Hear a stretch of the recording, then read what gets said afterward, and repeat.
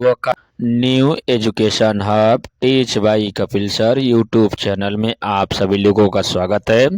आज हम लोग पढ़ेंगे वंशागति की विविधता की पार्ट वन को आपको कवर करा दिया गया है, जिसमें इसके पहले वाले वीडियो में आपको अपलोड किया गया है। आपके प्लेलिस्ट में इसके वीडियो अपलोड है। अब हम चलते हैं पार्ट सेकेंड में, जिसमें पढ़ेंगे गुणसूत्रीय आधार। किसके बारे में पढ़ेंगे?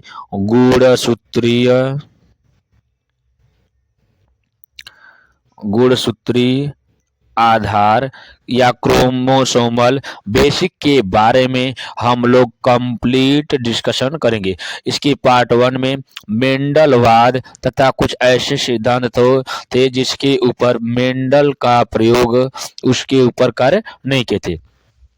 आज हम लोग पढ़ेंगे गुणसूत्री आधार, गुणसूत्र के बारे में, या कहा जाएगा मानव आनुवंशिकी के बारे में कंप्लीट डिस्कशन करेंगे। एक क्लास आपके लिए बहुत ही महत्वपूर्ण है। इस क्लास से पूरे के पूरे बायोलॉजी को वन शॉट वीडियो के थ्रू प्रत्येक चैप्टर का एक ही वीडियो में, कुछ चैप्टर ऐसे हैं जो बहुत ज़्यादा लॉन्ग हो जा रहे हैं तो उसको दो पार्ट में आपको प्रोवाइड किया जा रहा है। आप प्रत्येक पार्ट को देखने के बाद आप एक काम करेंगे, क्या देखने के बाद वीडियो देखते हैं उसके बाद आप इस समय एक अनसॉल्व क्या करेंगे, क्लास ट्वेल्थ का आप लोग अनसॉल्व पेपर लीजिए। क्या है? अनसॉल्व पेपर लीजिए। अनसॉल्व पेपर लेने के बाद आप लोग प्रत्येक दिन एक एक चैप्टर या एक एक अनसॉल्व के सेट को आप लोग लगाना शुरू करिए। अब देखिए, चैप्टर का रिवीजन किया जा रहा है आपको, उसमें से क्रमशः प्रतिदिन आपको एक क्लास एक वीडियो में प्रोवाइड किया जा रहा है। तो पहले आप लोग क्या करिए कि वीडियो को देखिए। वीडियो को देखने के बाद आप बुक को उठाइए। बुक से जितने भी इम्पोर्टेंट क्वेश्चन हैं उस क्वेश्चन को सॉल्व करिए। जब क्वेश्चन को सॉल्व करेंगे तो आप लोग कुछ हैंड नोट्स बनाए होंगे। हैंड नोट्स के बाद आपको यहाँ पे रैपिड फायर के थ्रू आपको रिवीजन करिए। रिवीजन करने के बाद आपका लगभग में 70 से 80% चैप्टर कवर हो जाएगा।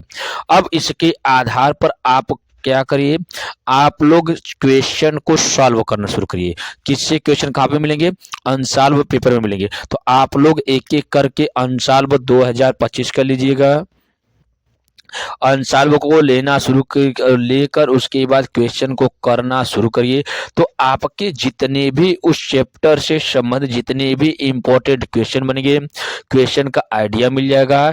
प्लस आपको पेपर रिवीजन के थ्रू आपको जितने भी इंपॉर्टेंट फैक्ट रहेंगे वो सभी आपको मिल जाएंगे, जिसके कारण आपको उस चैप्टर में से कहीं से कोई भी क्वेश्चन पूछेगा आपका क्वेश्चन छूटेगा नहीं। ये आप 1 से 2 हफ्ते कर लीजिए, लगभग में 1 सप्ताह करके देखिएगा, आपकी पढ़ाई में बहुत ज़्यादा इसका बेनिफिट मिलेगा। एक बार ट्राई करिएगा। अभी तक आप लोग अपने मन से तैयारी करते आ रहे हैं, तो इस बार 1 हफ्ते के लिए सिर्फ मेरा मान लीजिए कि अगर आपकी पढ़ाई में नहीं सुधार हुआ तो फिर कहिएगा। तो अब हम लोग चलते हैं, क्योंकि देखिए इस हम लोग के द्वारा या इस क्लास को देखने के बाद हम लोग के द्वारा पढ़ाए गए बच्चों का 95% भी स्कोर आया हुआ है। तो अगर आपको प्रूफ की आवश्यकता रहेगी तो आपको लिंक में हम इसको डालेंगे कि उसके रोल नंबर तथा आप देखिए 2023 के रिजल्ट में भी आया था 90 प्लस, और 2024 के वीडियो में 2024 के बोर्ड पेपर में भी 90 प्लस आया था।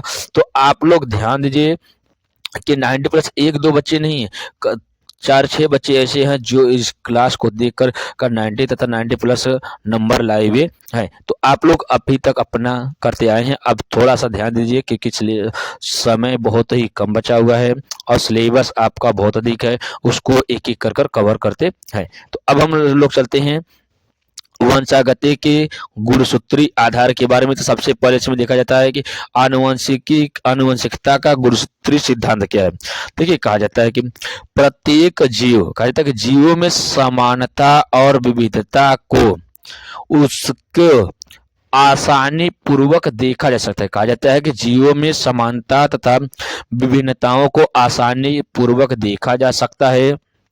कहा जाता है कि मानव आबादी में असंख्य समान गुणों की उपस्थिति के बावजूद भी दो मनुष्य सभी लक्षणों में एक समान नहीं रहते हैं। कहा जाता है कि प्रत्येक जीव एक प्रकार के ही या एक पिता के दो संतान होते थे, उसमें बहुत सारे लक्षण अलग अलग होते हैं, तो इसलिए कहा जाता है कि इसमें समानताएं नहीं होती है।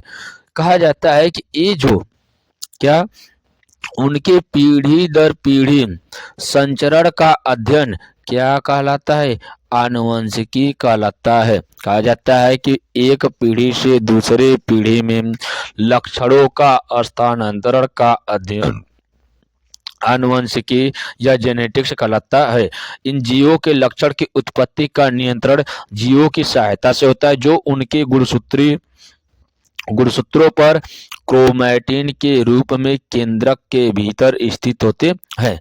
अब कहा जाता है कि क्रोमैटिन क्या होता है। देखिए हम लोग देखते हैं सबसे पहला काम क्या होता है, जीव किसके मिलकर बने होते हैं, प्रत्येक जीव की छोटी कौन से क्रियात्मक एवं संरचनात्मक इकाई क्या होती है। देखिए क्रियात्मक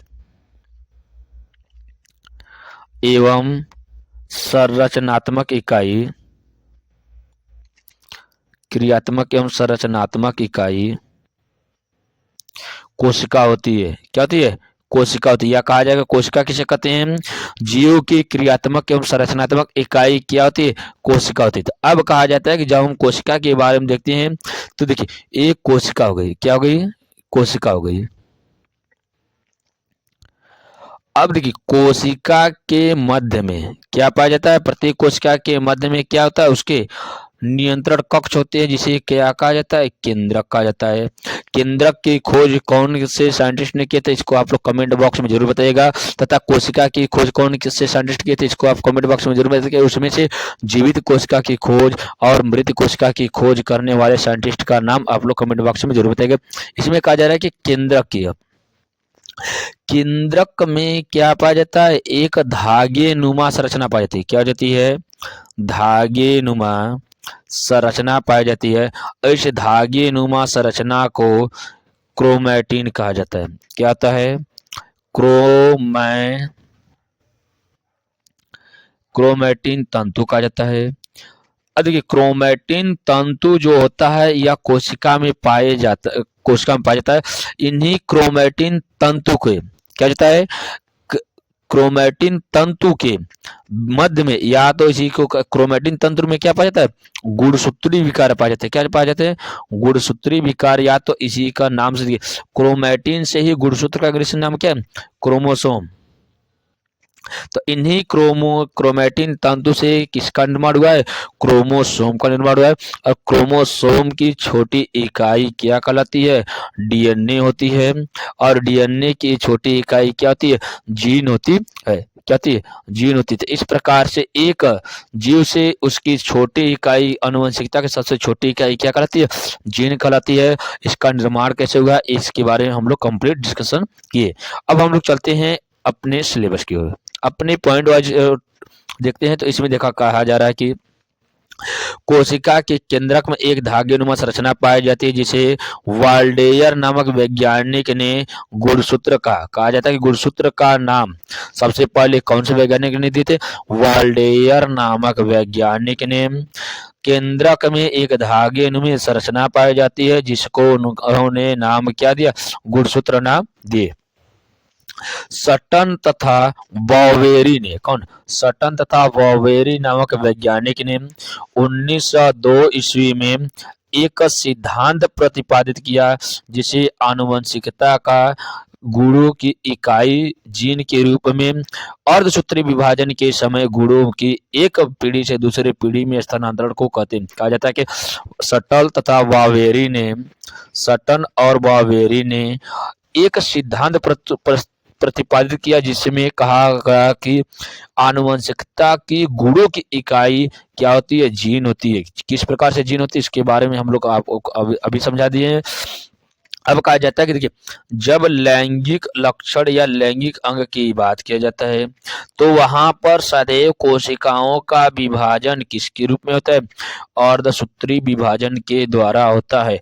कोशिका में किस प्रकार से विभाजन होता है, किस प्रकार से समसूत्री विभाजन होता है, किस प्रकार से अर्धसूत्री विभाजन होता है, इसके ऊपर कंप्लीट आपके प्लेलिस्ट में इसके ऊपर बनाकर वीडियो अपलोड किया गया है, जाकर वहां से देख सकते हैं कि कोशिकाओं में किस प्रकार से विभाजन होता है, समसूत्री विभाजन क्या होता है, अर्धसूत्री विभाजन क्या होता है, इसके बारे में कंप्लीट डिस्कशन कर सकते हैं। अब हम लोग आगे चलते हैं कि इसमें एक पीढ़ी से दूसरी पीढ़ी में स्थानांतरण किया जाता है। अब देखिए 1909 में क्या होता है, 1909 में जॉनसन ने क्या कहा जाता है कि 1909 में जॉनसन ने एक कारक की जगह जीन शब्द का प्रयोग किया था। कहा जाता है कि मेंडल ने प्रत्येक जगह पर कारक या फैक्टर शब्द का इस्तेमाल किया। किसका, कारक या फैक्टर शब्द का इस्तेमाल किए थे। और इसी का जॉनसन नामक वैज्ञानिक ने 1909 में इसी कारक का नाम बदलकर क्या कर प्रयोग किए थे, जीन शब्द का प्रयोग किए थे। अब देखिए जीन शब्द की खोज हो गई। अब कहा जाता है कि 1933 में क्या, 1933 में टी.एच. मॉर्गन ने क्या था, 1933 में टी.एच. मॉर्गन ने सटन और बावेरी के गुणसूत्र से संबंधित होते हैं। कहा जाता है कि टी.एच. मॉर्गन ने सटन और बावेरी का जो गुणसूत्री सिद्धांत था इसमें संबंध स्थापित किए थे। कौन, टी.एच. मॉर्गन ने। नेक्स्ट कहा जा रहा है कि मेंडल के सिद्धांतों की पुनर्खोज से आनुवंशिकता के गुणसूत्री सिद्धांत पर बल दिया। कहा जाता है कि मेंडल के सिद्धांतों की पुनर्खोज से आनुवंशिकता के गुणसूत्री सिद्धांत पर बल दिया गया। इस सिद्धांत की मुख्य बातें निम्न है। कहा जाता है इस सिद्धांत की मुख्य बातें निम्न है, कौन कौन सी। अब देखिए नंबर 1 क्या है इसके सिद्धांत की मुख्य बातें। अब हम लोग ध्यान से देखते हैं। देखिए गुणसूत्र एवं कारक, कहा जाता है गुणसूत्र एवं कारक द्विगुणित कोशिका में जोड़ों में पाए जाते हैं। कहा जाता है कि जो गुणसूत्र की कारक इकाई होती है ये द्विगुणित कोशिकाओं में जोड़े के रूप में पाई जाती है।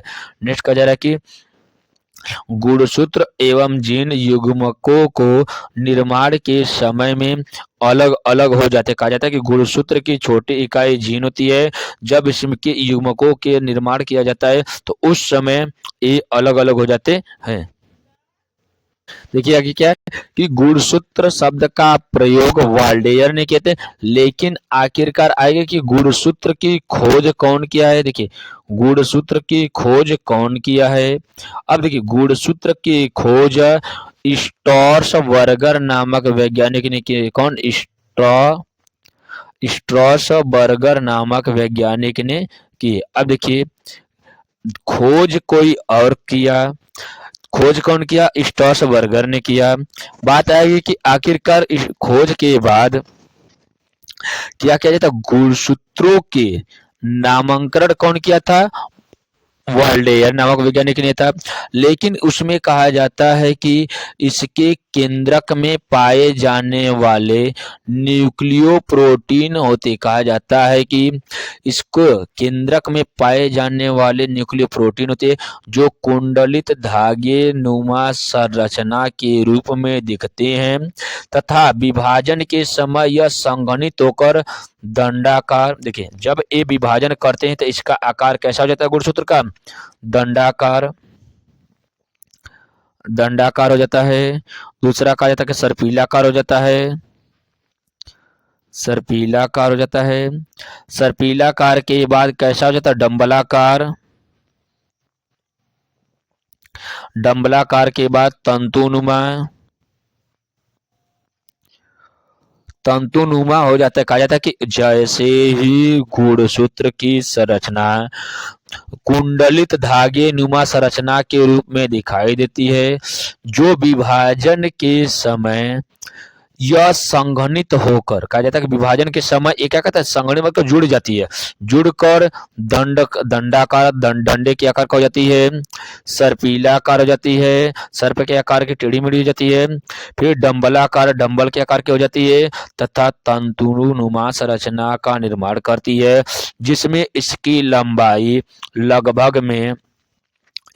कितनी, लगभग में 0.05 से लेकर 3 म्यू मीटर तक होती है। अब कहा जाता है इसकी लंबाई कितनी होती है, गुणसूत्र की लंबाई 0.05 से, देखिए 0.5 से लेकर 3 म्यू मीटर तक होता है, तथा इसका व्यास, ये लंबाई हो गई, इसका व्यास कितना होता है, 0.2 से लेकर 3 माइक्रोमीटर तक होती है। इसके लंबाई तथा व्यास हो गई। आगे हम लोग ध्यान देते हैं कि देखिए आगे इसमें स्पष्ट किया गया है। देखिए क्या है, हम लोग गुणसूत्र के बारे में देखते हैं तो क्या है, सिंपल सा समझते हैं यहाँ पे। देखिए एक क्लास आपके लिए बहुत बहुत मोस्ट इंपॉर्टेंट है। देखिए ये जीव की कोशिका के केंद्रक में उपस्थित कुछ धागे के आकार की रचना है, जिसको स्ट्रॉसबर्गर नामक वैज्ञानिक ने 1875 में इसकी खोज किया था, तथा इसकी खोज करने का इसका शब्द का प्रयोग कौन किया था, वाल्डियर नामक वैज्ञानिक ने 1888 में कोशिका विभाजन अध्ययन करते हुए किया था। कहा जाता है कि सरल शब्दों में इसको समझना है तो क्या कहा जाता है कि एक केंद्रक में पाए जाने वाले न्यूक्लियो प्रोटीन होते हैं, जो कुंडलित धागेनुमा संरचना के रूप में दिखाई देते हैं, तथा ये विभाजन के समय यह संघनित होकर दंडाकार, सर्पिलाकार, डंबलाकार, तंतुनुमा हो जाता है, जिसकी लंबाई 0.5 से लेकर 3 माइक्रोमीटर या व्यास इसका 0.2 से लेकर 3 माइक्रोमीटर तक होता है। नेक्स्ट कहा जाता है कि गुणसूत्र का रासायनिक संगठन कैसा होता है, तो कहा जाता है कि डीएनए, कहा जाता है कि देखिए गुणसूत्र का रासायनिक संगठन की बात किया जाता है, इसमें डीएनए होता है जो लगभग में 40% होता है, आरएनए होता है जो 1 से लेकर 10% तक होता है, हिस्टोन प्रोटीन होती है जो 40 से 50% तक होती है, तथा नॉन हिस्टोन प्रोटीन होता है जो लगभग में 10% होती है। तो कहा जाता है कि ये गुणसूत्रों के मुख्य घटक होते हैं। कहा जाता है कि देखिए इसको सिंपल से समझते हैं हम लोग। अब देखिए यहाँ पर कुछ सिद्धांत के बारे में बताया गया। यहाँ पर देखिए अब जब हम यहाँ पर क्या किया जा रहा है इसके बारे में बताया जा रहा है, तो देखिए डीएनए कितना है इसमें, डीएनए डीएनए की मात्रा कितनी इसमें, लगभग में 40%। डीएनए की मात्रा, अब इसमें बोला जाएगा क्या, इसके न्यूक्लियोप्रोटीन कौन से होते हैं, आरएनए भी होता है। आरएनए की बात बोला जाए 1 से लेकर 10%। दूसरा बोला जा रहा है हिस्टोन प्रोटीन, हिस्टोन प्रोटीन की मात्रा लगभग में 40 से 50% होती है। और कहा जाता है नॉन हिस्टोन प्रोटीन नॉन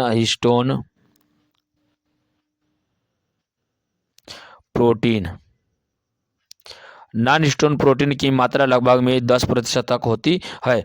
इस प्रकार से गुणसूत्रों का रासायनिक संगठन के रूप में इसको वर्णित किया गया है। आगे हम लोग ध्यान देते हैं। देखिए क्या डीएनए क्या है, देखिए डीएनए के बारे में हम लोग थोड़ा सा यहाँ पर समझते हैं। डीएनए वह गुणसूत्रों की मुख्य घटक होती है, कहा जाता है कि डीएनए क्या कहते हैं, गुणसूत्रों का मुख्य घटक होती है, जिसे पिकोग्राम में मापा जाता है। किस में मापा जाता है, पिकोग्राम में मापा जाता है। 1 पिकोग्राम बराबर 10 के घाते -11 ग्राम होता है। 10 के घाते -12 ग्राम होता है।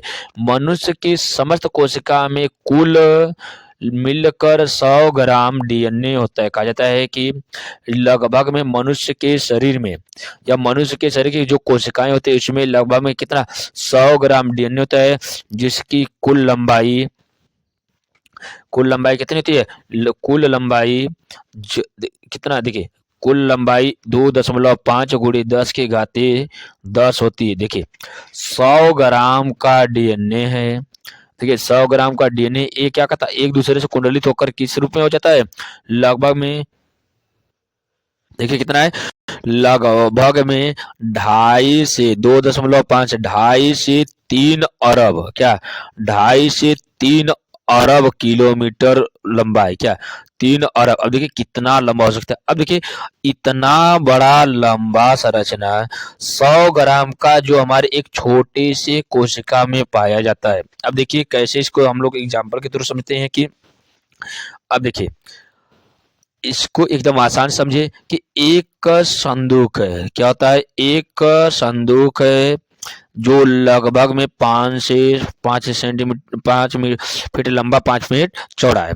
अब कहा जाता है इस संदूक में घर के जितने भी कपड़े होते हैं सभी को इसमें रखा जाता है। तो अब देखिए जो जिस बर्तन में या जो संदूक में रखा जाता है ये संदूक क्या है? ये डीएनए है। क्या है? डीएनए है। समझ में आया? अब इसकी साइज की बात किया जाएगा। अब इसके पूरा वजन देखिए कितना हो गया? 100 ग्राम हो गया लगभग में। अब इस सूटकेस में से यह कहा जाता है कि इस संदूक में से जब कपड़े को बाहर निकाला जाएगा तो एक कपड़ा क्या हो जाएगा? बहुत ही अधिक हो जाएगा। तो एक क्या हो जाता है? इसकी कुल लंबाई हो जाती है। तो सेम यही होता है कि एक छोटे से भाग में डीएनए होता है जो 100 ग्राम होता है। 100 ग्राम डीएनए तो पाया जाता है हमारी कोशिका में, लेकिन इसकी कुल लंबाई लगभग में 2.5 गुणे 10 की घाते 10 या लगभग में 2.5 अरब किलोमीटर होता है। नेक्स्ट कहा जाता है कि हिस्टोन प्रोटीन। क्या होता है? हिस्टोन प्रोटीन क्या होता है?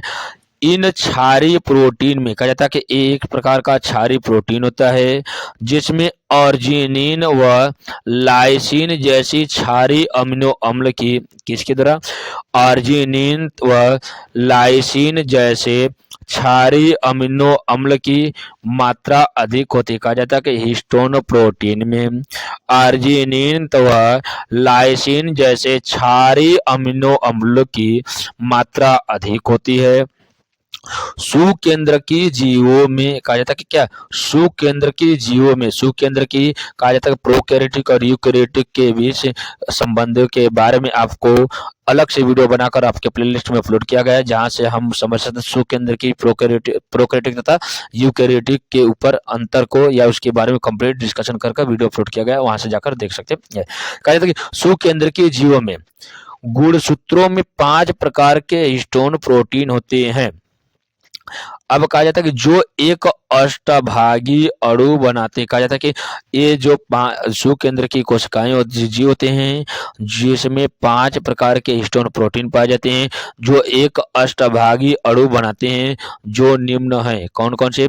सुकेंद्र के जीवों के गुणसूत्रों में पाए जाने वाले हिस्टोन प्रोटीन जो निम्न वर्णित किया जाते हैं। नंबर 1 कौन से हिस्टोन प्रोटीन है?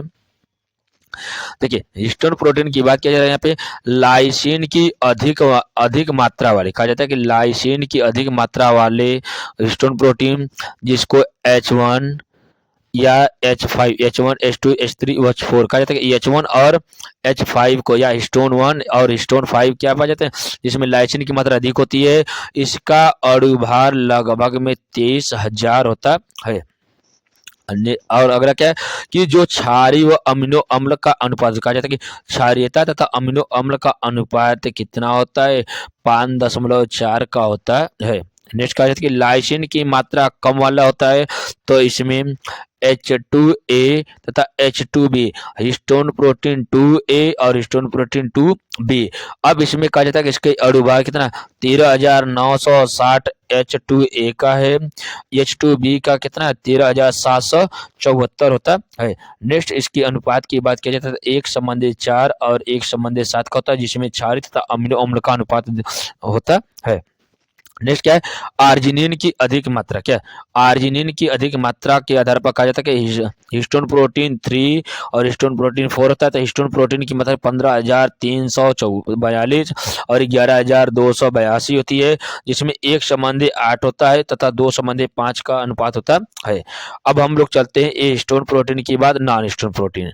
नॉन हिस्टोन प्रोटीन क्या होता है इसके ऊपर हम लोग ध्यान देते हैं। देखिए नॉन हिस्टोन प्रोटीन ये विशिष्ट नॉन स्टेरॉयड प्रोटीन विशिष्ट विशिष्ट प्रकार के जीन की उपलब्धि क्या है, जीन्स की अभिव्यक्ति के लिए आवश्यक होता है, जिसे क्रियाशील बनाते हैं। कहा जाता है कि विशिष्ट या नॉन स्टेरॉयड प्रोटीन विशिष्ट प्रकार के जीन्स की, कहा जाता है कि विशिष्ट प्रकार के जीन्स की अभिव्यक्ति के लिए आवश्यक होता है, जो इन्हें क्रियाशील बनाते हैं। इसके आधार पर अब हम आगे देखते हैं कि देखिए क्या होता है कि मुख्य रूप से उसके मुख्य घटक कौन कौन से थे।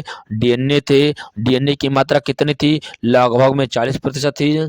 उसके बाद कहा जा रहा था उसमें आरएनए था, लगभग में 1 से लेकर 10% था। उसके बाद कहा जा रहा है हिस्टोन प्रोटीन की मात्रा कितनी थी, लगभग में 40 से 50% तथा नॉन हिस्टोन प्रोटीन की मात्रा लगभग में 10% थे, जो गुणसूत्रों के घटक थे। इसके बारे में डीएनए, हिस्टोन प्रोटीन तथा नॉन हिस्टोन प्रोटीन के बारे में थोड़ा हम लोग समझे। अब आगे हम चलते क्या, गुणसूत्र की संरचना कहती है। गुणसूत्र की संरचना की बात किया जाता है तो गुणसूत्र के मुख्य रूप से संरचना या स्ट्रक्चर ऑफ क्रोमोसोम के ऊपर हम लोग ध्यान देते हैं। तो इसमें क्या क्या मुख्य रूप से इसके कौन कौन से संरचना के मुख्य भाग दिखाई देते हैं। अब हम लोग देखते हैं कि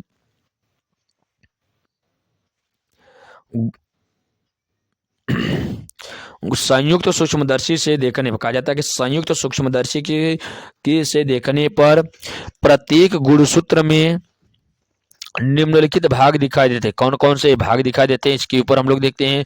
तो सबसे पहले बात किया जाता है इसके तंतुत्व या पेलिकल की। देखिए पेलिकल की बात किया जाता है या तंतुत्व की बात किया जाता है तो सबसे पहला की बात किया जाता है कि जो गुणसूत्र की संरचना होती है, आप संरचना के बारे में देखेंगे इसके बाद बताया जाएगा। ये जो संरचना थी इसके ऊपरी सतह क्या कहते हैं, ये ऊपरी सतह किसकी बनी थी, तंतुत्व या पेलिकल की होती है। इसलिए इसके आधार पर कहा जाता है यह पतली झिल्ली सदृश रचना होती है तथा यह गुणसूत्र के आवरण की तरह कार्य करता है। कहा जाता है क्या, गुणसूत्र की आवरण में क्या, इसकी बाहरी परत क्या होती है, उसकी आवरण होती है। तो गुणसूत्र की बाहरी परत किसकी बनी होती है या क्या होती है, पेलिकल या तंतु की होती है।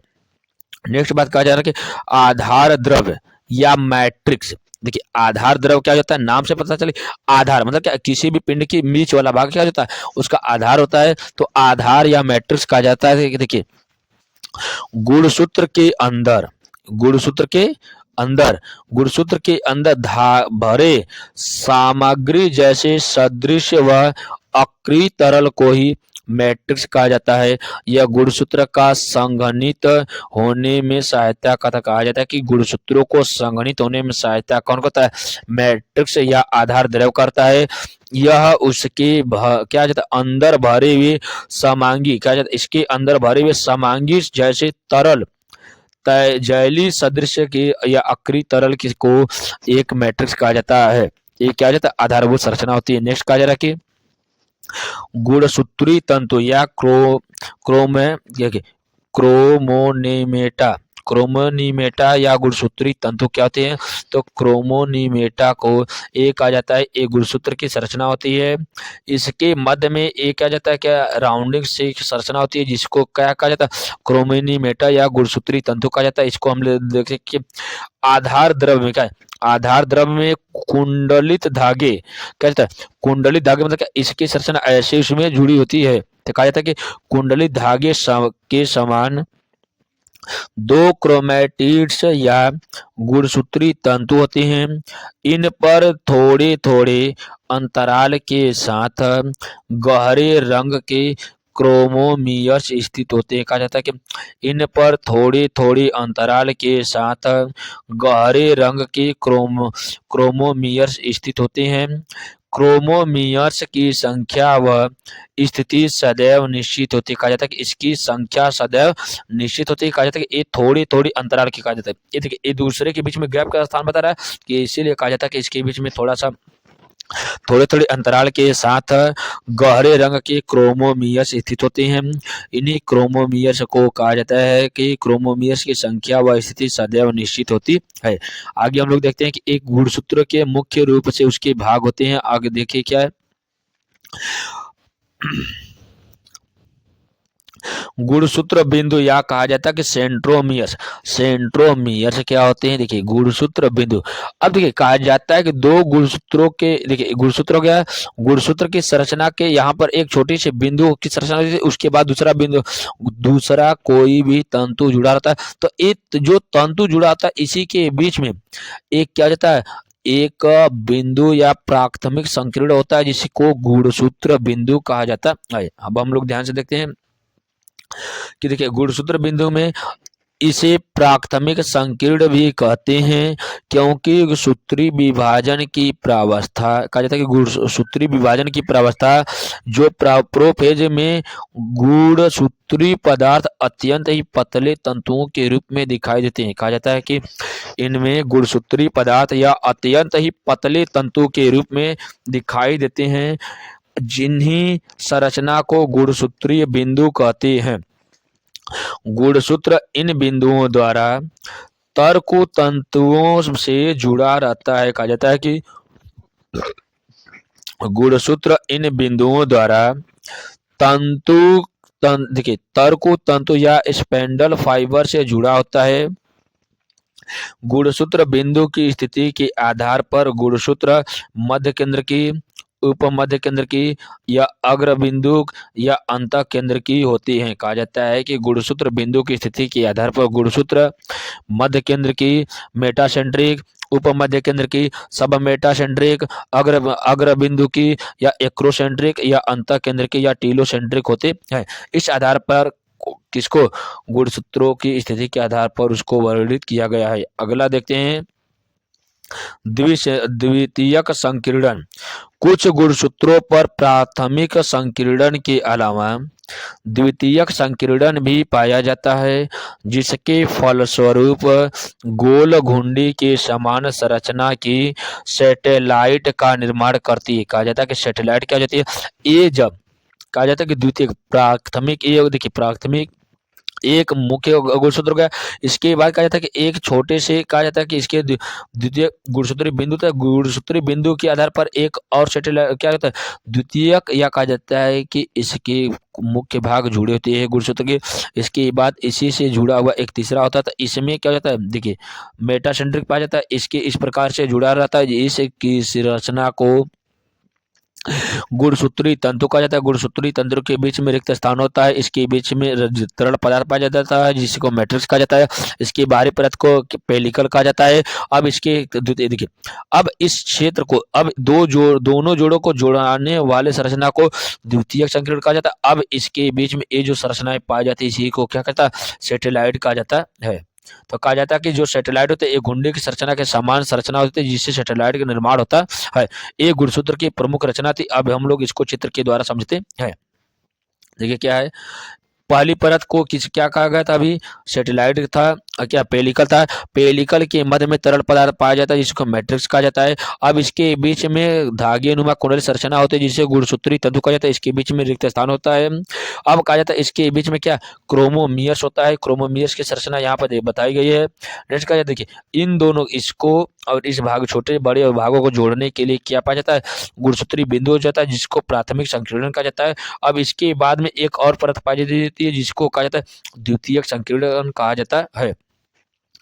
द्वितीयक संकीर्णन क्या होता है, द्वितीयक संकीर्णन कोई जो गोल कुंडली के समान संरचना का निर्माण करती है जिसको सैटेलाइट कहा जाता है। क्या कहा जाता है, सैटेलाइट कहा गया था। इस प्रकार से गुणसूत्रों की संरचना के बारे में अध्ययन किए। अब आगे देखते हैं कि क्या है कि यहाँ सेट का मतलब क्या है, यहाँ पे देखिए साइन एसिड थाइमोन्यूक्लिनिको है। क्या, थाइमोन्यूक्लिनिको है। कहा जाता है कि इसको साइन अम्ल थायोन्यूक्लियोनिको कहा जाता है। साइन अम्ल थाइमोन्यूक्लिनिको है जिसको सैट कहा गया था। अब इसको कहा जाता है कि जहां थाइमिन का बना न्यूक्लिकम कहा जाता है। देखिए एडेनिन, मुख्य रूप से कौन कौन से, ग्वानिन, साइटोसिन, एडेनिन, तथा थायमिन पाया जाता है। तो जो थायमिन होता है ये डीएनए की संरचना पाया जाता है, और आरएनए में थायमिन की जगह पर क्या पाया जाता है, यूरेसिल पाया जाता है। इसके संरचना के बारे में एडेनिन, ग्वानिन, साइटोसिन, थायमिन या यूरेसिल, ये डीएनए की संरचना में, इसके ऊपर अलग से वीडियो आपके प्लेलिस्ट में अपलोड किया गया है, जहां से आप लोग समझ सकते हैं कि एडेनिन, ग्वानिन, साइटोसिन, थायमिन के ऊपर किस प्रकार से आपके एग्जाम में सवाल आते हैं, तथा इसकी संरचना किस प्रकार से पाई जाती है और कितनी मात्रा में पाई जाती है, इसको बारे में आप लोग को कंप्लीट डिस्कशन किया गया है।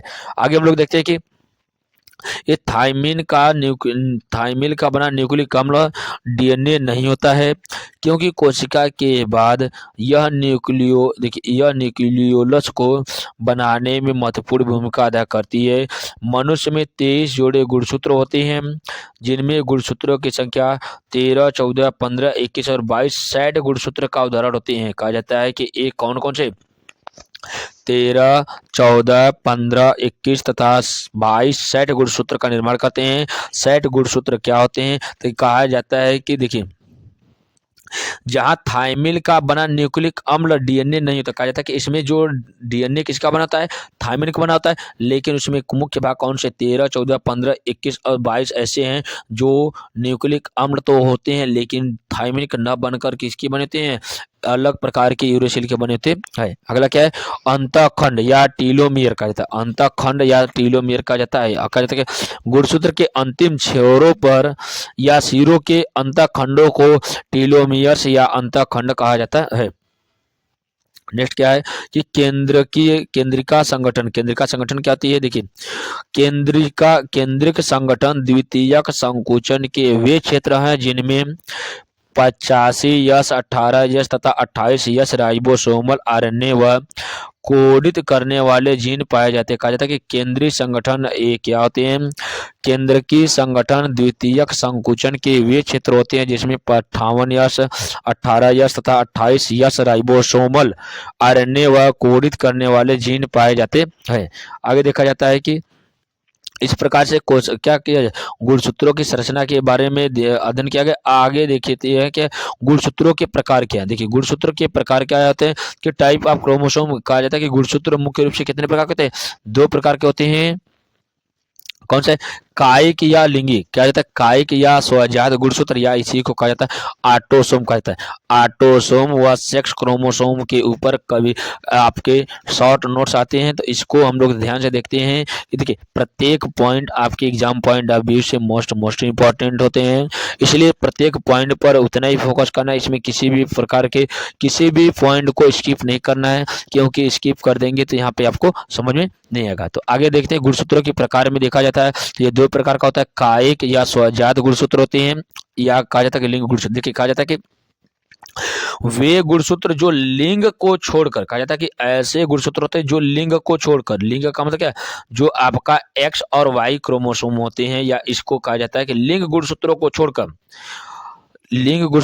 छोड़कर जीन के अन्य लक्षणों का निर्धारण करते हैं, उन्हें कायिक या स्वजात गुणसूत्र कहते हैं।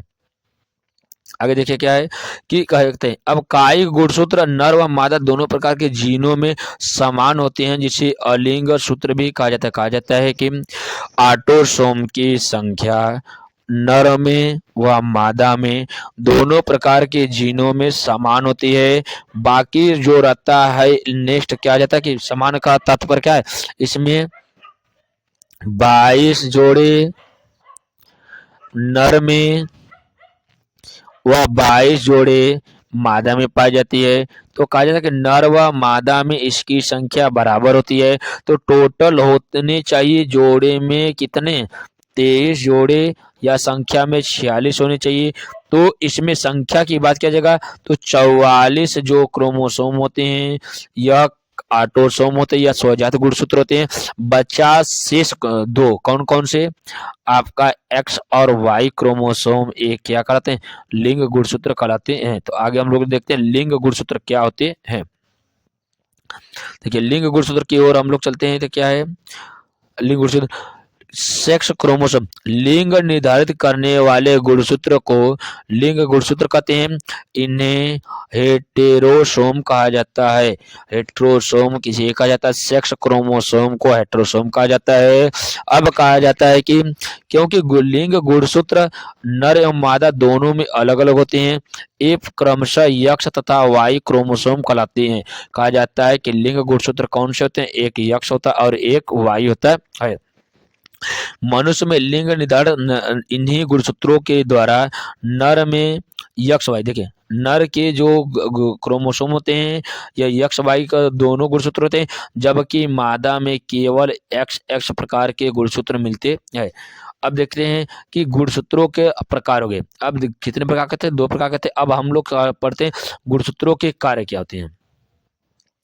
गुणसूत्रों के कार्य देखिए, इसके पहले वाले वीडियो में आपके प्लेलिस्ट में वीडियो अपलोड है कि किस प्रकार से लिंग का निर्धारण किया जाता है, तो उसको जाकर प्लेलिस्ट में आप लोग देख लीजिएगा। या तो लिंग का निर्धारण किस प्रकार से किया जाता है teach bye Kapil sir YouTube channel पर डालिएगा, तो वहां पर आपको समझ में वहां पर आपको वीडियो मिल जाएगा, जिसके आधार पर आप देख सकते हैं किस प्रकार से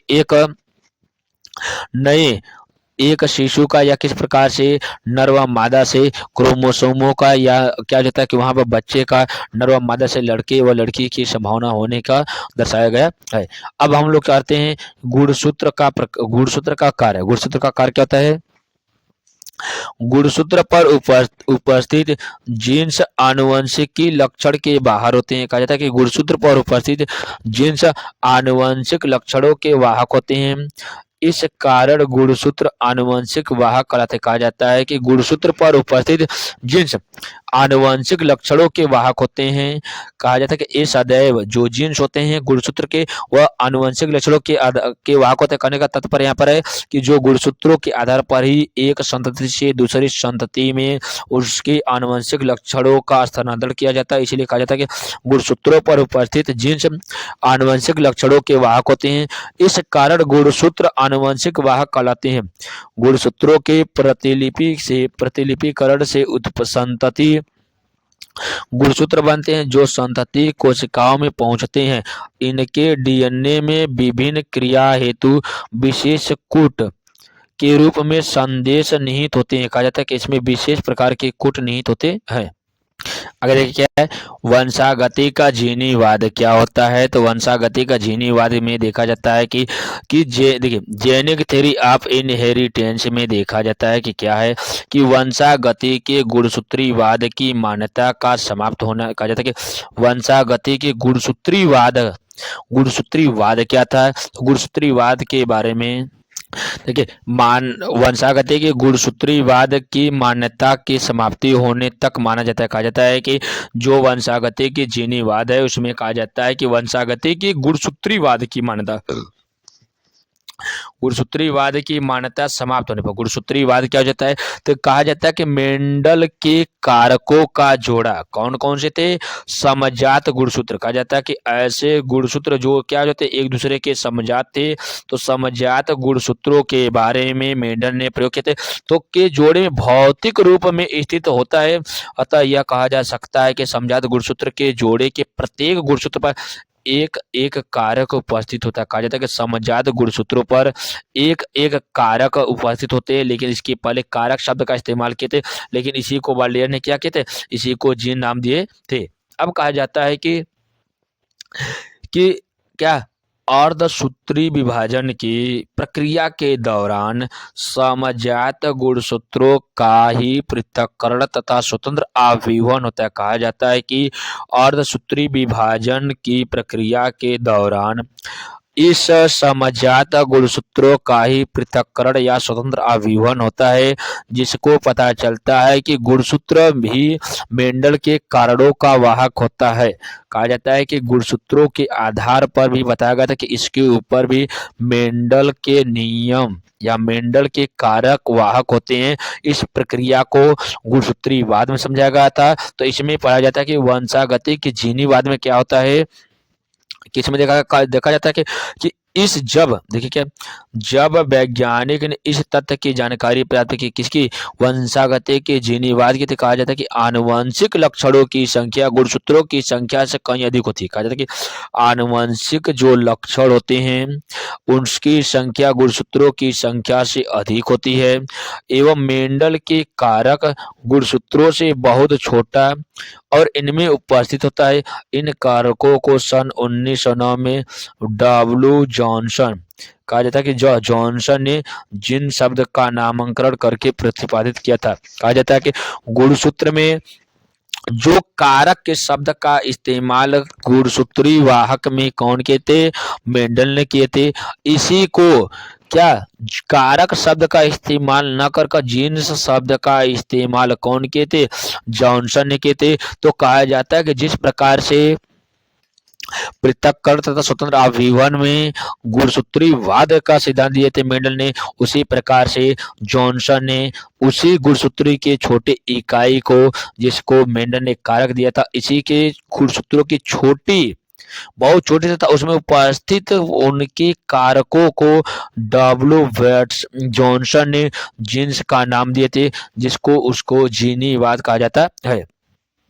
नेक्स्ट कहा जा रहा है कि टी एच मॉर्गन ने 1910 में वंशागति का जीन मत प्रतिपादित करने पर नोबेल पुरस्कार प्राप्त। कहा जाता है कि टी एच मॉर्गन ने सबसे पहले जो जीन होता है, जीन के मत के ऊपर प्रतिपादित करने पर नोबेल पुरस्कार प्राप्त किया था।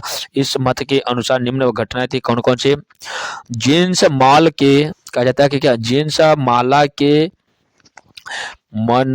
मनकों या बीट्स की भांति गुणसूत्रों पर रेखीय क्रम में लगे होते। कहा जाता है कि जो जीन्स होता है ये गुणसूत्रों पर एक रेखीय क्रम में लगे होते हैं। नेक्स्ट कहा जा रहा है कि गुणसूत्रों में डीऑक्सीराइबोज न्यूक्लिक अम्ल, कहा जाता है कि जो गुणसूत्र होता है इस पर डीऑक्सीराइबोज न्यूक्लिक अम्ल या डीएनए का अणु उपस्थित होता है, तथा जीन्स भी इसी के छोटे छोटे खंड होते हैं। कहा जाता है कि गुणसूत्रों में उसकी छोटी इकाई डीएनए होता है, डीएनए या डीऑक्सीराइबोज न्यूक्लिक अम्ल होता है, जिसके अणु उपस्थित होते हैं, तथा जीन्स भी इसी के छोटे छोटे खंड होते हैं।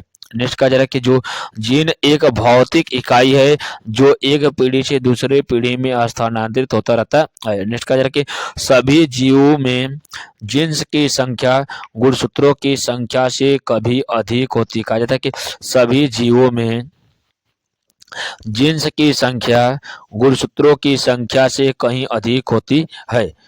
कहा जाता है कि क्या, सभी जीवों में जीन्स की संख्या गुणसूत्रों की संख्या से अधिक होती है, क्योंकि उसकी संख्या देखिए छोटी होती है, इसके कारण उसके क्या, उसकी संख्या अधिक होती है। तो आगे हम लोग देखते हैं कि लिंग का निर्धारण किस प्रकार से किया जाता है।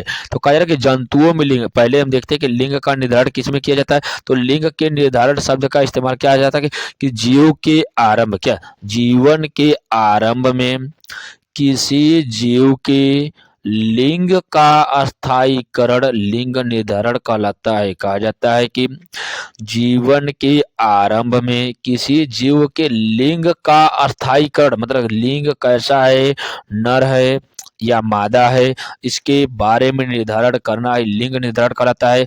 या हम कह सकते हैं कि क्या है कि यह वह प्रक्रिया होती है जिसके द्वारा यह सुनिश्चित होता है कि एक लिंगी जंतु में लैंगिक जनन द्वारा उत्पन्न होने वाला नया प्राणी नर होगा या मादा होगा। कहा जाता है कि यह एक ऐसी प्रक्रिया होती है जिसे सुनिश्चित किया जाता है कि एक लिंगी जंतु किसे कहा जाता है और द्विलिंगी जंतु किसे कहा जाता है। देखिए, एक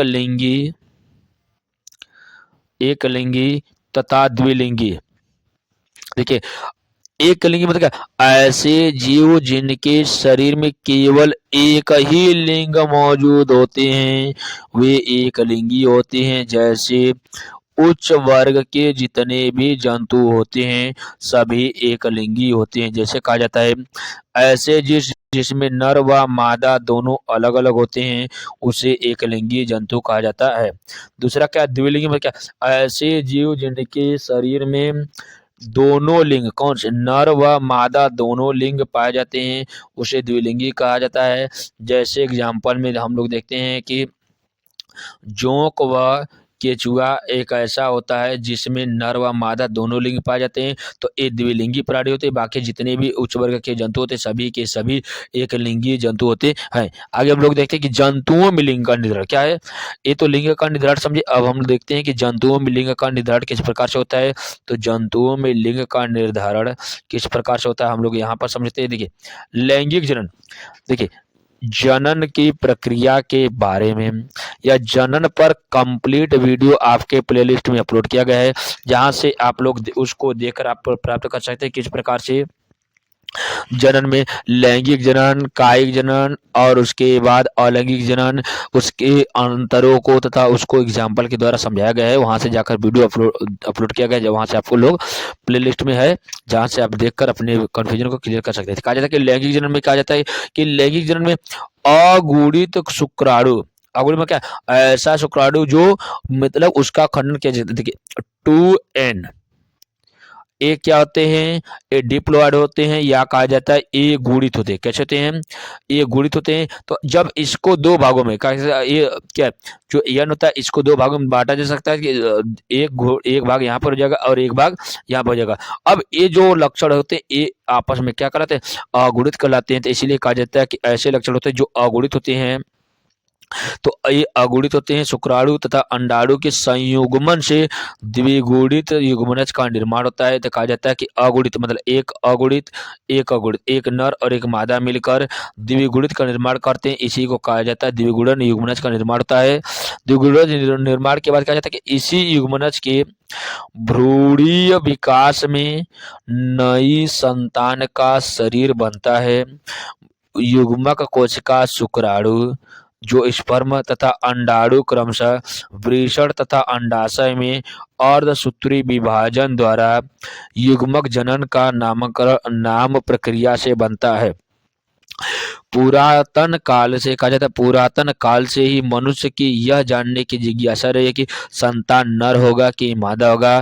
कहा जाता है कि पुरानी परंपराओं के अनुसार कहा जाता है कि कोई भी जीव नर होगा कि मादा होगा, इसके ऊपर कहा जाता है कि ये जिज्ञासा सदैव बनी रहती है कि संतान नर होगा कि मादा होगा।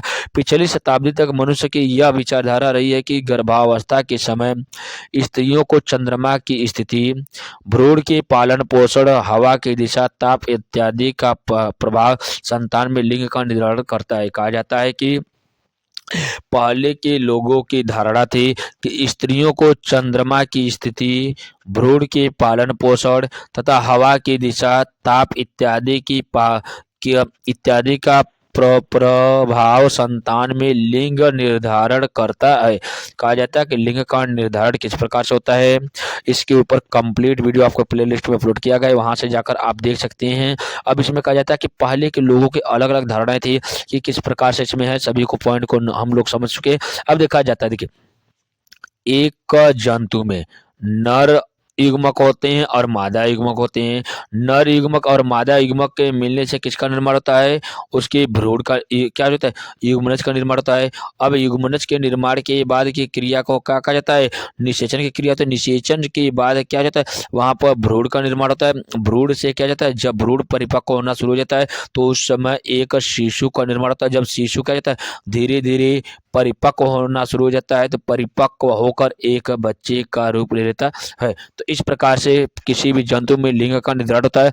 तो अब हम लोग आगे देखते हैं कि लिंग निर्धारण के गुणसूत्री सिद्धांत कौन कौन से हैं, उसके बारे में। लिंग के निर्धारण के लिए अनेक साइंटिस्टों ने अलग अलग उसमें सिद्धांत दिए हैं, इसके ऊपर हम लोग देखते हैं।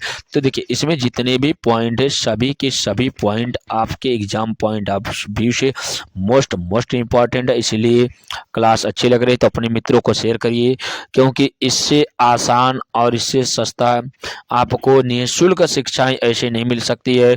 इसलिए हम आपके लिए निःशुल्क कक्षाएं ला रहे हैं कि जिससे आपके और बेहतर से बेहतर शिक्षा आप ग्रहण कर सके। नेक्स्ट है कि लैंगिक निर्धारण का गुणसूत्री सिद्धांत क्या होते हैं, इसके ऊपर हम लोग देखते हैं। देखा क्या है, जर्मन वैज्ञानिक एच हैंकिंग कौन है? जर्मन वैज्ञानिक एच हैंकिंग ने सन 1891 में अपने प्रयोगों के दौरान देखा कि कुछ कीटों में शुक्र जनन की प्रक्रिया के दौरान, कहा जाता है कि कुछ कीटों में शुक्र जनन की प्रक्रिया के दौरान आधे शुक्राणुओं में एक संरचना पहुंचती है। कहा जाता है कि आधे शुक्राणुओं में एक संरचना पहुंचती है, जबकि शेष आधे शुक्राणुओं में यह संरचना नहीं पहुंचती। कहा जाता है कि शुक्र जनन कोशिका में शुक्र जनन की प्रक्रिया के दौरान आधे शुक्राणु में एक संरचना पहुंचती है, जबकि शेष आधे शुक्राणु में यह संरचना नहीं पहुंचती है। हेकिंग ने इस संरचना को एक्स बॉडी नाम दिया। अब कहा जाता है कि मैकलंग ने सन 1902 में यह प्रक्रिया टिड्डा या तो ग्रासहोपर में शुक्राणुओं में देखा जाता। कहा जाता है कि यह प्रक्रिया किसमें देखा गया था? टिड्डे में या ग्रासहोपर में देखा जाता है, जिसमें शुक्राणु की संरचना स्पष्ट रूप से विकसित नहीं थी। अब देखा जाता है कि मैकलंग ने इस संरचना को विषमजात गुणसूत्र या हेटेरोसोम्स कहा था। अब हेटेरोसोम्स कहा जाता है कि ये विषम प्रकार के लक्षण दर्शाते हैं, जिसमें कहा जाता है कि शुक्र जनन के समय जो उसकी कोशिकाएं होती है, जो आधे शुक्राणु के एक संरचना बनाती है तथा दूसरा शेष आधे शुक्राणु की संरचना नहीं बनाती है, इसी को कहा जाता है विषमजात गुणसूत्र या हेटेरोसोम का नाम दिया जाता है। किसके अनुसार? मैकलंगन के अनुसार। नेक्स्ट क्या है कि मैकलंगन व अन्य वैज्ञानिक के प्रयोगों से लिंग निर्धारण में गुणसूत्रों की भूमिका का पता चलता है। तो बाद में यक्ष काय को ही एक्स गुणसूत्र कहा गया तथा इसके पश्चात स्टीवेंस ने कीटों को वाई गुणसूत्र का पता लगाया था। कहा जाता है कीटों में देखिए सबसे पहले यक्ष काय में या यक्ष गुणसूत्र का पता लगा था, इसके पास स्टीवेंस ने वाई गुणसूत्र का पता लगा था, जो कीटों में था। किसमें था? कीटों में था। आगे हम लोग देखते हैं कि मैकलंगन ने लिंग निर्धारण के गुणसूत्रवाद द्वारा इस लिंग निर्धारण का स्पष्टीकरण किया था, जिसके अनुसार कहा गया था इनके अनुसार संतानों का लिंग लक्षण गुणसूत्रों पर निर्भर करता है। कहा जाता है कि संतानों का जो लिंग लक्षण होता है यह गुणसूत्रों पर निर्भर करता है, एवं अन्य आनुवंशिक लक्षण होते हैं जो आनुवंशिक लक्षणों के समान मेंडल के नियमों के अनुसार ही वंशागत होते हैं। कहा जाता है कि इनमें संतानों का जो लिंग का निर्धारण किया जाता है उसमें उसके गुणसूत्रों पर निर्भर करता है एवं अन्य आनुवंशिक लक्षण के समान मेंडल के नियम के अनुसार भी वंशागति होती रहती है। नेक्स्ट क्या है कि एवी विल्सन एवं स्टीवेंस, कहा जाता है कि इनके अनुसार सन 1902 तथा 1905 में लिंग निर्धारण के गुणसूत्री सिद्धांत पर कार्य किया गया। इन्होंने एक्स और वाई गुणसूत्रों को लिंग गुणसूत्र तथा कोशिका के अन्य गुणसूत्रों को ऑटोसोम नाम दिया। कहा जाता है कि इसके एक्स और वाई गुणसूत्रों में लिंग गुणसूत्र जिसे एलोसोम तथा कोशिका के अन्य गुणसूत्रों को ऑटोसोम कहा गया था। ऑटोसोम अभी आपको बताया गया था कि जिसमें नर व मादा के गुणसूत्रों की संख्या दोनों समान होते थे, इसमें 22 गुण जुड़ जाएंगे। बाकी एक्स और वाई जो क्रोमोसोम होते हैं ये 22 एक मिलकर कितने जोड़े निर्माण करते हैं? 23 जोड़े का निर्माण करते हैं। ए लिंग का निर्धारण करते, ये आपका ऑटोसोम होता है जो पूरे शरीर की संरचना का निर्माण करती है। नेक्स्ट है कि लिंग गुणसूत्रों पर लिंग निर्धारण के लिए जीन पाए जाते हैं। लिंग निर्धारण के लिए जीन पाए जाते हैं।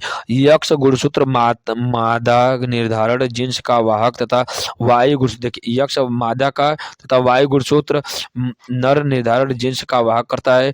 इस प्रकार यक्ष और वायु गुणसूत्रों की संख्या किसी जीव के नर एवं मादा होने का निर्धारण करती। कहा जाता है कि यक्ष और वायु गुणसूत्रों की संख्या किसी जीव में नर या मादा होने का निर्धारण करती है। इस प्रकार से लिंग का निर्धारण गुणसूत्री सिद्धांत के अनुसार पता चला था। आगे हम लोग देखते हैं कि किस प्रकार से प्रत्येक जीव में लिंग का निर्धारण किया जाता है? तो इसमें हम लोग देखते हैं कि लिंग लिंग निर्धारण के प्रकार कौन कौन से, तो इसको उदाहरण के द्वारा समझ सकते हैं कि देखिए उदाहरण क्या है, टिड्डो कीटो टिड्डा था कि जो कीटों में पाया जाता है। तो देखिए सबसे पहले यहाँ पे देखा जाता है कि क्या यक्ष और ओ, क्या यक्ष और ओ था, और एक्स एक्स उदाहरण के द्वारा इसमें टिड्डो में दिखाया गया था। उसके बाद देखा गया था यक्ष और एक्स एक्स या एक्स वाई गुणसूत्र होते हैं जिसमें मनुष्य में बताया जाता है। जेड जेड या जेड डब्ल्यू होता है जो पक्षियों में पाए जाते हैं। जेड जेड या जेड ओ होते हैं जो तितलियों में पाए जाते हैं। तो हम लोग सबसे पहले इसमें देख हैं कि यक्ष ओ तथा यक्ष एक्स क्रोमोसोम जो होते हैं इसमें किस टाइप के होते हैं, तो कहा जाता है इसी को प्रोटीनस प्रक्रिया कहा जाता है। इसी की प्रक्रिया को क्या कहा जाता है, प्रोटीनस प्रक्रिया या एक्स एक्स या एक्स ओ प्रक्रिया कहा जाता है। देखिए इसमें कहा जा रहा है कि एक्स ओ और एक्स वाई टाइप में या प्रोटीनस प्रक्रिया में कहा जाता है कि लिंग निर्धारण की यह विधि वाई गुणसूत्र के विलोपन के कारण होती है। कहा जाता है कि ये ऐसे होते हैं जिसमें वाई विलोपन मतलब क्या, वाई क्रोमोसोम यहाँ से विलोपित हो जाते हैं तो वहाँ पर वाई क्रोमोसोम के स्थान पर क्या जाता है, जीरो, या कहा जाता है कि ओ क्रोमोसोम हो जाता है, या हम कह सकते हैं कि वहाँ पर वाई क्रोमोसोम अनुपस्थित हो जाता है, इसके स्थान पर जीरो हो जाता है। तो एक हो गया कि यक्स एक्स क्रोमोसोम हो गया, एक होगा कि यक्स और जीरो मतलब एक्स और उसके पास कोई और नहीं था। तो वहां पर जब लिंग का निर्धारण किया जाता है तो देखा जाता है जो यक्ष और यक्ष था वहां पे देखिए ए और यक्ष होता, ए किसको निर्धारित करता है, यह नर को निर्धारित करता है। अब कहा जाता है कि जो मादा को निर्धारित करते हैं यहाँ पर देखा जाता है ए प्लस यक्ष यक्ष, कहा जाता है कि जहाँ पर यक्ष यक्ष क्रोमोसोम होते हैं वहां पर मादा आती है, लेकिन जहाँ पर सिर्फ यक्ष रहता है बाकी दूसरे लक्षणों को बारे में पता नहीं था, उसी को क्या कहा जाता, नर कहा जाता। अब इन दोनों के युग्मकों के बीच, अब इन दोनों के युग्मक को अलग किया जाएगा, तो इन दोनों के युग्मकों के बीच में अंतर को देखा जाएगा। तो इसमें देखिए ए प्लस एक्स और ओ, क्या प्लस एक्स और ओ के बारे में अगर इसके युग्मक लिया जाएगा, ए हो जाएगा और एक्स हो जाएगा, और दूसरा ए हो जाएगा और ओ हो जाएगा। इस प्रकार से इसको निर्धारित किया जाता है। तो यहाँ पर इसके युग्मक अलग अलग किए गए हैं।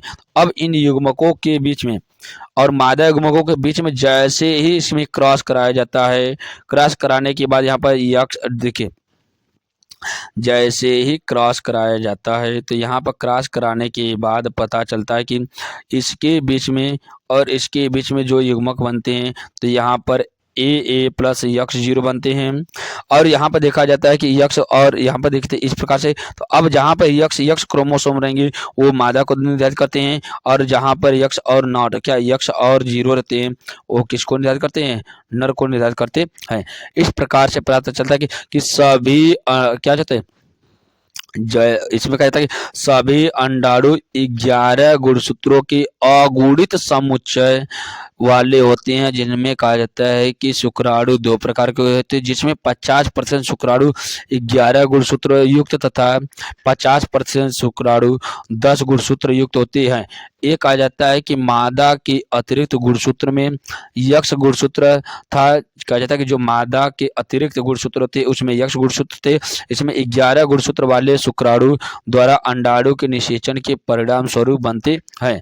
इनका निर्माण कहा जाता है कि यदि निषेचन 10 गुणसूत्रों वाला शुक्राणु द्वारा होता है तो नर वाला होता है। कहा जाता है कि 10 गुणसूत्र होते हैं तो वह नर होता है, लेकिन जैसे 11 गुणसूत्र होते हैं वहां पे मादा का निर्धारण किया जाता है। तो एक क्या था, प्रोटीनर प्रक्रिया या यक्ष यक्ष या एक्स ओ प्रक्रिया होती है। अगला हम लोग देखते हैं यक्ष यक्ष या यक्ष वाई टाइप का जो होते हैं, इसकी में देखते हैं। इसमें मनुष्य का निर्धारण क्या, मनुष्य के लिंग का निर्धारण किया जाता है। तो इसी को आप लोग देखिए, इसके ऊपर देखिए कंप्लीट चार्ट बनाकर आपके वीडियो में, आपके प्लेलिस्ट में वीडियो अपलोड किया गया है।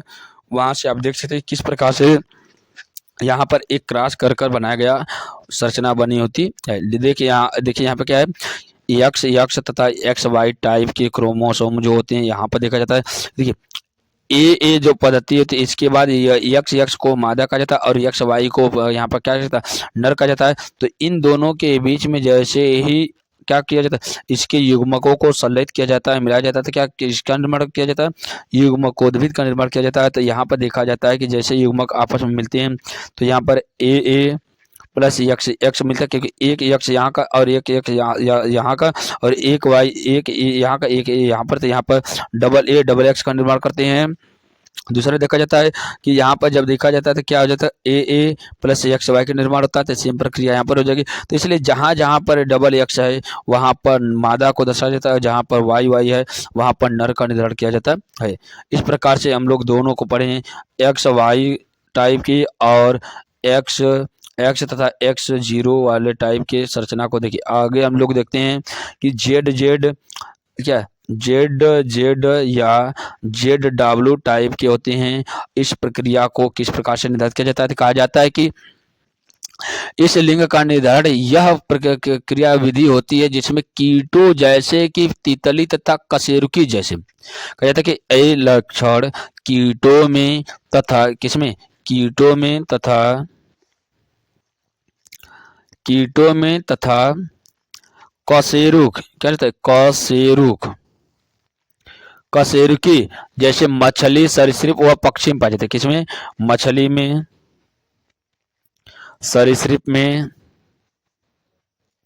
सरीसृप मतलब क्या, सर्प वाले सर्प के कैटेगरी में। उसके बाद कहा जाता है पक्षियों में क्या पाए जाते हैं, ये आपका जेड जेड या जेड डब्ल्यू टाइप की प्रक्रिया देखने को मिलती है। कहा जाता है कि ये तितली की वह कशेरुक जंतु मछली सरीसृप व पक्षी में पाई जाती है। इसमें नर समयुग्मकी होता है जिनमें दो लिंग गुणसूत्र को जेड जेड से प्रदर्शित किया जाता है। जो नर होते हैं इसको जेड जेड से प्रदर्शित किया जाता है तथा नर हमेशा समान प्रकार के ही युग्मक उत्पन्न करेगा। कहा जाता है कि जब समान मतलब क्या, दोनों जब जेड जेड रहेंगे तो वहां पर नर को दर्शाया जाता है। तो यहाँ पर कहा जाता है कि मादा विषम युग्मजी होता है जिसके दो लिंग गुणसूत्र होते हैं जिसको जेड डब्ल्यू से प्रदर्शित किया जाता है। जहाँ पे मादा हो जाएगा वहां पे किसको दर्शाया जाता है, जेड डब्ल्यू के द्वारा दर्शाया जाता है। कहा जाता है कि अतः मादा दो प्रकार के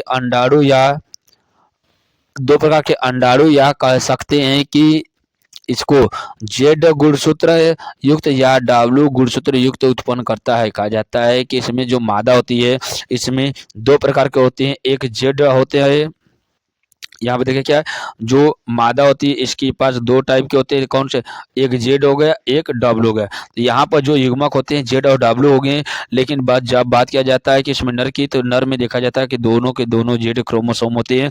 तो ये किसको दर्शाया जाता है, नर को दर्शाता है। एक किसमें पाया जाता है, कशेरुक प्राणी में या मछली में, सरीसृप व पक्षी में पाई जाती है तथा ये तितली में पाई जाती है। इसकी संरचना को हम लोग ध्यान से देखते हैं।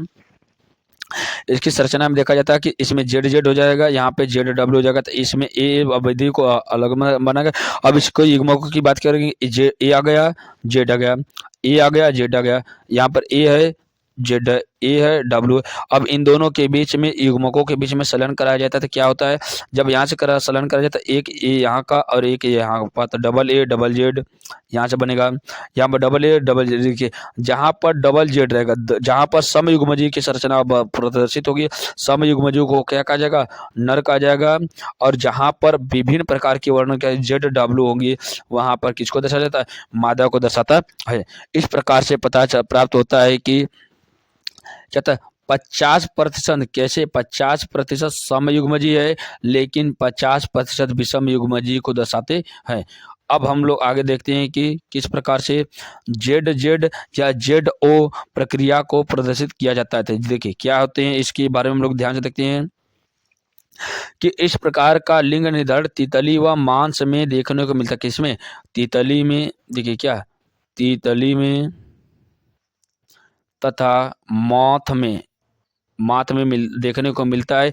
कहा जाता है कि यहाँ पर समयुग्मजी होता है, कहा जाता है कि यहाँ पर समयुग्मकी होता है जिसे जेड जेड से प्रदर्शित करते हैं। जहाँ पे जे देखिए ये जो समान होते हैं ये समयुग्मजी होते हैं, जहाँ पर जेड जेड से प्रदर्शित करते हैं।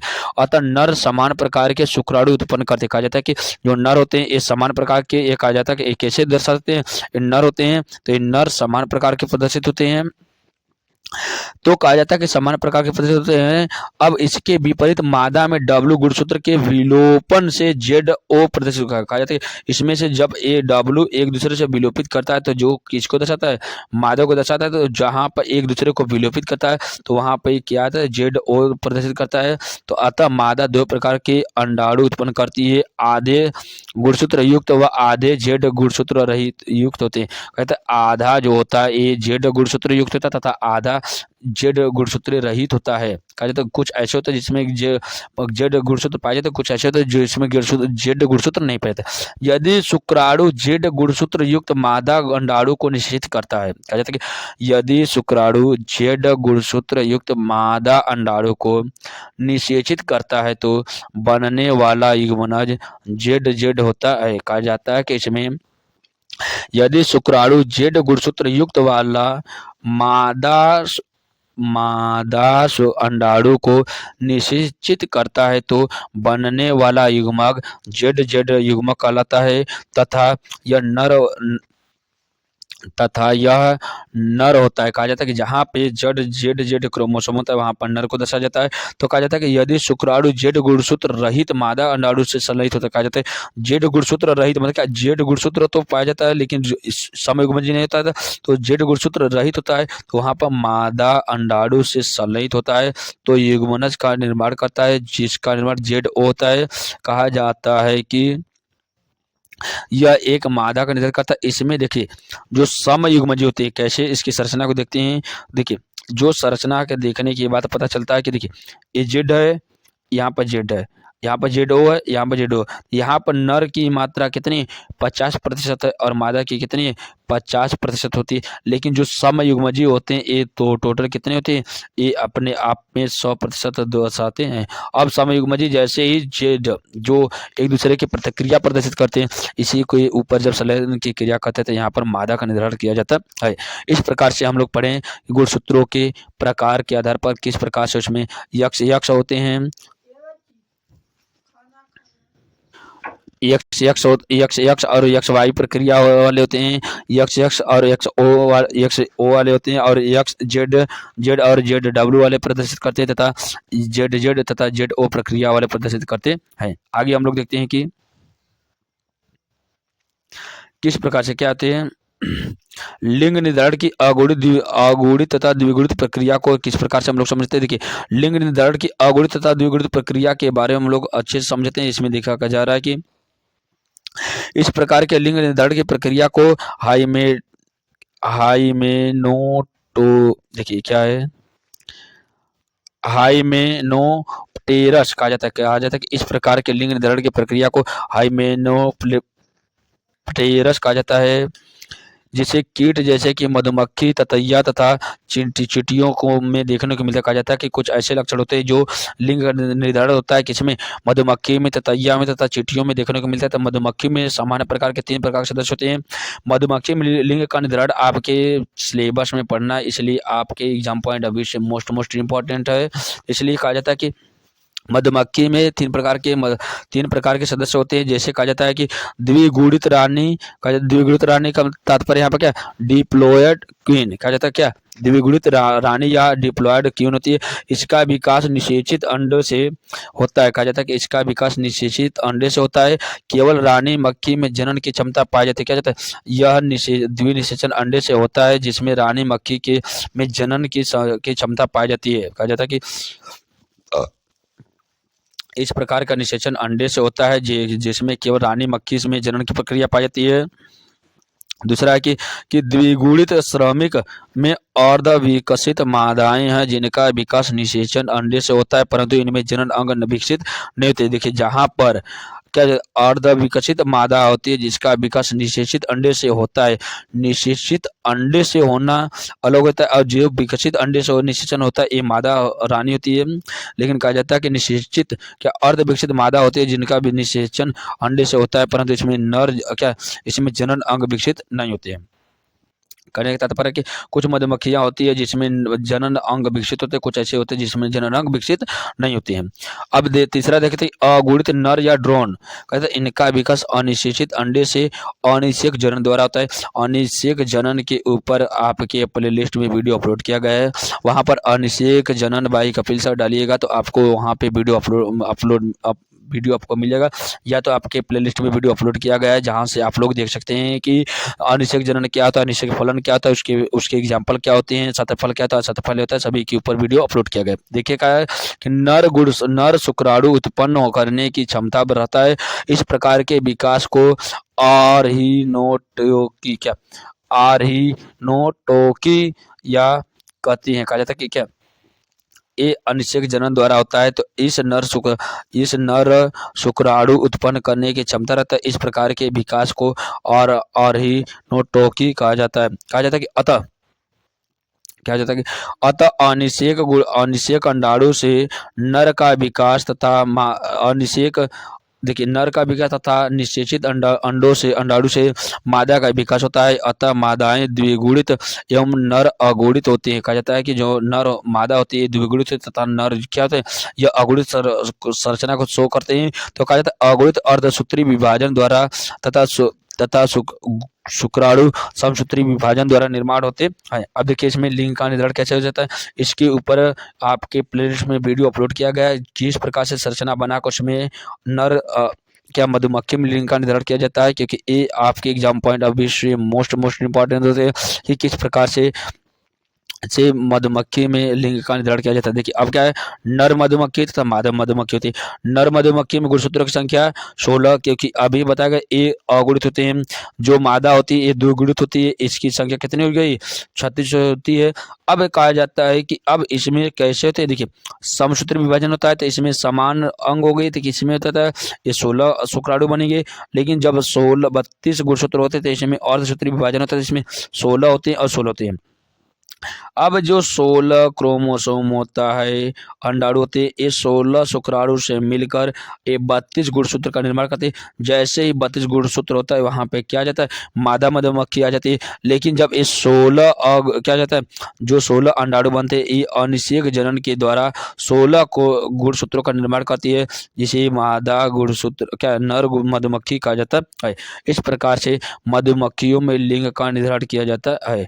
सिंपल समझिएगा, नर होगा मादा होगा, इसमें 16 इसमें 32 होंगे, 16 अलग होगा समसूत्री विभाजन के द्वारा 16 शुक्राणु का निर्माण करेगा, और 32 गुणसूत्र वाले अर्धसूत्री विभाजन करेगा तो 16 में टूटेंगे अंडाणु में, तो 16 और 16 मिलकर 32 गुणसूत्र का निर्माण करते हैं जो मादा मधुमक्खी होती है। लेकिन जो 16 अगुणी अंडाणु होता है ये अनिषेक जनन के द्वारा किसका निर्माण करते हैं, 16 गुणसूत्र का निर्माण करती है, जिसे नर मधुमक्खी कहा जाता है।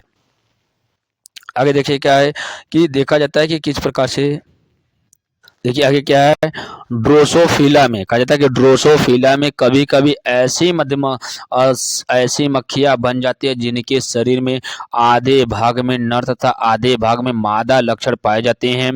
ऐसे संतति को स्त्री पुरुष या गाइनेड्रोमॉर्फिक्स कहते हैं। इसमें देखिए श्वेत आंख लाल आंख। अब इसमें देखिए आधा शरीर इसका कैसा नर के होते हैं, आधा शरीर कैसे होते हैं, मादा का शो करते हैं, इसीलिए इसे कहा जाता है स्त्री पुरुष कहा जाता है। मतलब क्या कुछ हिस्सा स्त्री के तथा कुछ हिस्सा पुरुष के होते हैं।